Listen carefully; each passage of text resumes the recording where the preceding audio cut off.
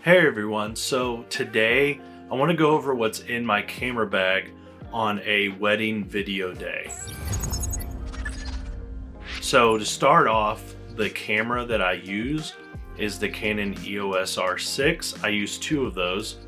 One is mounted with a Sigma 24mm 1.4 art lens, and on that lens I have a Tiffin Pro Mist quarter filter. That gives it a little bit of softness. It softens any harsh lights. It helps soften the skin a little bit. And I just like that soft look that it adds to the footage. And then on the second R6, I use an 85mm by Canon f1.8. It's the non-L series lens. I have found that this lens is very fast and quick on autofocus.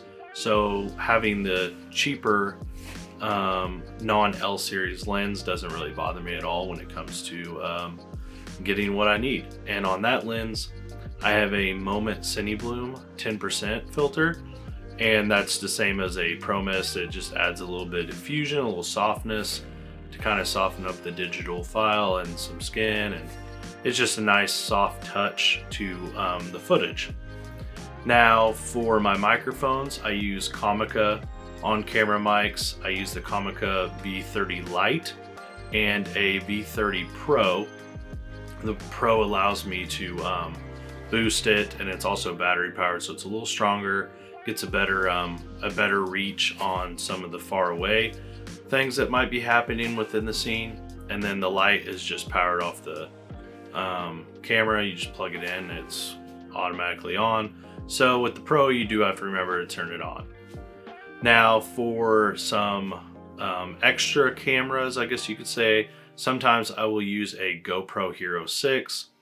If I find like a cool time-lapse spot, but I don't want to set up my big camera, sometimes I'll throw up the GoPro for a time-lapse out front of the venue or inside the venue of people getting things ready for the day. I've done that a few times. I really like how it comes out, and the GoPro Hero 6 works pretty good. You can put it in 4K and go super wide or just wide, and so it just comes in really handy if you want to get some creative shots. I'm looking to be a little more creative with it in 2022, so we'll see if that comes to fruition.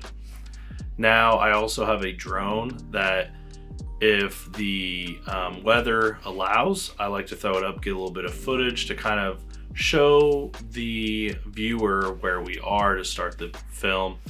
Usually it's the venue. I'll get some shots of the venue and just surrounding areas if it's really cool. I use a Dgi Mavic Mini. The Mini is under a weight limit, so it doesn't have to be approved through FFA to be flown or anything like that. And I'm not usually flying it very high, and I'm usually pretty quick, like literally 5-10 minutes of flying, so I'm in and out. I've only had a few occasions where I wasn't allowed to fly due to the area I was in and restrictions, or the weather was too harsh. Now the last thing would be the recorder. I use a Zoom H1N. I just picked it up this year for my last two weddings in 2021, and I'm really excited to be able to use this. All my other recorders back in the day, my previous 2 years, have been kind of cheap and garbage, little Sony like $25 recorders.